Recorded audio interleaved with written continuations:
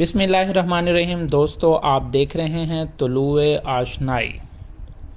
دوستو، آج کی ویڈیو میں ہم آپ کا تعارف کروانے جا رہے ہیں ایک اردو کے اہم مرثیہ گو شاعر جنہیں اردو کا ہومر بھی کہا جاتا ہے، یعنی میری مراد میر ببر علی انیس سے ہے۔ دوستو، ان کا نام میر ببر علی اور ابتدائی تخلص حزیں اور موجودہ تخلص انیس ہے۔ انیس فیض آباد میں 1802 میں پیدا ہوئے اور بعض لوگوں نے ان کے متعلق لکھا کہ 1203 میں پیدا ہوئے۔ انیس کا انتقال 29 شوال ہجری میں اور 10 دسمبر 1874 کو لکھنؤ میں ہوا۔ انیس کے والد کا نام میر مستحسن خلیق، دادا کا نام میر حسن مصنف سحر البیان اور پردادا کا نام میر غلام حسین ساحق، جو اپنے دور کے بڑے حجو گو تھے، اور انیس کے بڑے چچا احسن خلیق یہ بھی صاحب دیوان شاعر گزرے ہیں۔ غزل کی طرح مرثیے میں بھی انیس کے استاد ان کے والد خلیق تھے اور انہوں نے ابتدائی مرثیوں پر اپنے والد سے ہی اصلاح لی، اور انیس نے ابتدائی تعلیم اپنے والد یعنی میر خلیق سے ہی حاصل کی۔ انیس نے عربی فارسی کی تعلیم میر نجف علی فیض آبادی اور مولوی حیدر لکھنوی سے حاصل کی۔ انیس فن سپاہ گری اور شاہ سواری سے بھی واقفیت تھے۔ اچھی کتابیں پڑھنے اور اپنے پاس رکھنے کا بھی شوق تھا۔ بلی پالنے اور کبوتر پالنے کے بھی نہایت شوقین تھے۔ انیس کی شادی 19 برس کی عمر میں فاطمہ بیگم سے 1822 کے آس پاس ہوئی، جن سے میر انیس کے 3 بیٹے میر نفیس، میر جلیس، میر سلیس اور اس کے علاوہ 2 بیٹیاں تھیں۔ انیس نے 13 برس کی عمر میں شعر گوئی کا آغاز کیا اور انیس نے اپنی شاعری کا آغاز غزل گوئی سے کیا۔ بعد میں اپنے والد کے کہنے پر مرثیے کی طرف توجہ کی۔ میر انیس نے اپنی پہلی غزل والد خلیق، جو ان کے والد تھے میر خلیق، ان کے کہنے پر امام بخش ناسک کو دکھائی۔ انیس نے ایک مرثیے میں خدا سے دعا کی تھی کہ مجھے ایسی مہارت عطا فرما، اور جسے انہوں نے اپنے مصرے میں بیان کیا تھا: خون برستا نظر آئے جو دکھاؤں صف جنگ۔ یہ دعا قبول ہوئی اور انیس نے جو واقعہ بیان کیا اس کی تصویر آنکھوں میں کھینچ کے رکھ دی۔ میر انیس نے 13-14 سال کی عمر میں پہلا مرثیہ زنانی مجلس کے لیے کہا۔ انیس نے 1822 تک مشاعروں میں غزل گو کی حیثیت سے شرکت کی۔ انیس اردو کا وہ شاعر ہے جس نے اردو شاعری میں سب سے زیادہ الفاظ و محاورات استعمال کیے۔ انیس کا ابتدائی تخلص حزیں تھا۔ امام بخش ناسک کے کہنے پر 1816 میں انیس تخلص تبدیل کیا۔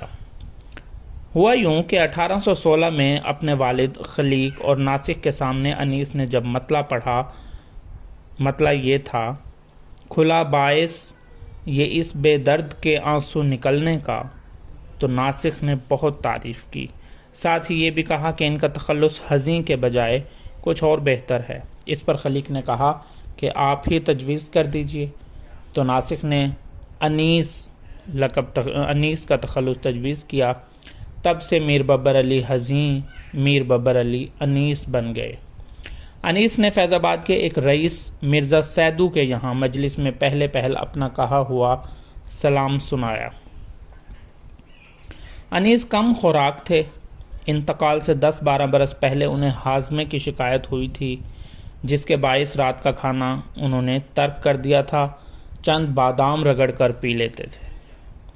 انیس مرثیہ پڑھنے سے پہلے خلوت میں آئینے کے سامنے پڑھا کرتے تھے، اور یہی وجہ ہے کہ ان کے مرثیہ پڑھنے کا انداز دوسرے مرثیہ خواں سے ڈیفرنٹ ہے۔ میر انیس پر سب سے زیادہ کام مسعود حسن رضوی ادیب نے کیا۔ شاہکار انیس، روح انیس ان کی نمائندہ کتابیں ہیں۔ بعد میں ان کے بیٹے نیر مسعود نے بھی مرثیہ خوانی کا فن اور انیس سوانح کے نام سے یہ کتابیں شائع کیں۔ انیس کا مستقل قیام لکھنؤ میں امجد علی شاہ کے زمانے میں ہوا۔ انیس کی ملاقات غالب سے بھی لکھنؤ میں 1856-57 کے آس پاس ہوئی۔ غازی الدین حیدر کی بیگم مبارک محل نے انیس کے لیے 40 روپیہ ماہوار امام باڑہ شاہ نجف میں مجلس پڑھنے کے لیے مقرر کیا۔ انیس وہاں سال میں ایک مجلس پڑھتے تھے۔ انیس کی ملاقات محمد حسین آزاد سے بھی 1857 سے 58 میں ہوئی۔ انیس کے مرثیے کی خصوصیات یہ ہے کہ انہوں نے ہندوستان اور دیگر علاقوں میں سیکولر عناصر کو اپنے کلام میں جگہ دی۔ میر انیس کے مرثیوں کی حیت مسدس ہے۔ انیس نے فیض آباد، لکھنؤ، عظیم آباد، بنارس، حیدرآباد کی مجلسوں میں مرثیے پڑھے۔ انیس نے عظیم آباد کا پہلا سفر 1858 میں عظیم آباد کے نامی گرامی رئیس نواب سید قاسم علی خاں کے بیٹے سید احمد حسین کی مجلس چہلم میں مرثیے پڑھنے کی غرض سے گئے تو میر انیس کو شریف العلماء سید شریف حسین خان کی تحریک پر نواب تحور جنگ بہادر نے حیدرآباد میں مدعو کیا اور انہیں ان کا وظیفہ 3000 روپے مقرر کیا۔ انیس نے حیدرآباد کا سفر بھی 1871 میں 6 آدمیوں کے ساتھ کیا، جن میں ان کے دونوں بیٹے رئیس اور سلیس بھی تھے۔ انہوں نے صرف ایک بار حیدرآباد کا ہی سفر کیا۔ میر انیس نے بھی غالب کی طرح تنگنائے غزل کی شکایت کی۔ میر انیس نے دعویٰ کیا ہے، عمر گزری ہے اسی دشت کی سیاہی میں، 5ویں پشت ہے شبیر کی مداحی میں۔ تو میں نے آپ کو ان کے دادا، پردادا، والد اور ان کے چچا خواجہ حیدر علی آتش کہتے ہیں، کون بے وقوف کہتا ہے کہ تم محض مرثیہ گو ہو، واللہ تم باللہ تم شاعر گر ہو، اور شاعری کا مقدس تاج تمہارے ہی سر پر زیب دیتا ہے، خدا مبارک کرے۔ الطاف حسین حالی نے کہا، انیس کے ہر لفظ اور ہر محاورے کے آگے سب کو سر جھکانا ہی پڑتا ہے۔ محمد حسین آزاد اپنی مشہور زمانہ کتاب آب حیات میں لکھتے ہیں کہ میر انیس صفائی کلام، لطیف بیان، چاشنی محاورہ، خوبی بندش، حسن اسلوب، مناسبت مقام، طرز ادا اور اس سلسلے کی تمام ترتیب میں اپنا جواب نہیں رکھتے۔ ڈاکٹر مسعود حسین خان کہتے ہیں کہ حالی اور سیدین کی نثر کا اخلاقی نثر کا نام دیا جا سکتا ہے، تو انیس کے تمام تر کلام کو یا اس کے بیشتر حصے کو ہم اخلاقی نظم سے موسوم کر سکتے ہیں۔ اور خواجہ حیدر علی آتش نے تو یہ بھی کہا تھا کہ میر خلیق کا لونڈا آفتیں ڈھا رہا ہے۔ انیس کے مرثیوں کو موجز بیانی سے بھی تعبیر کیا جاتا ہے۔ انیس کا مرثیہ جس کا پہلا مصرع ہے، آج شبیر پہ کیا عالم تنہائی ہے، لکھنؤ سے دہلی پہنچا تو شیفتہ نے کہا تھا کہ انیس نے خامخواہ پورا مرثیہ لکھ دیا، یہی ایک مصرع کافی تھا۔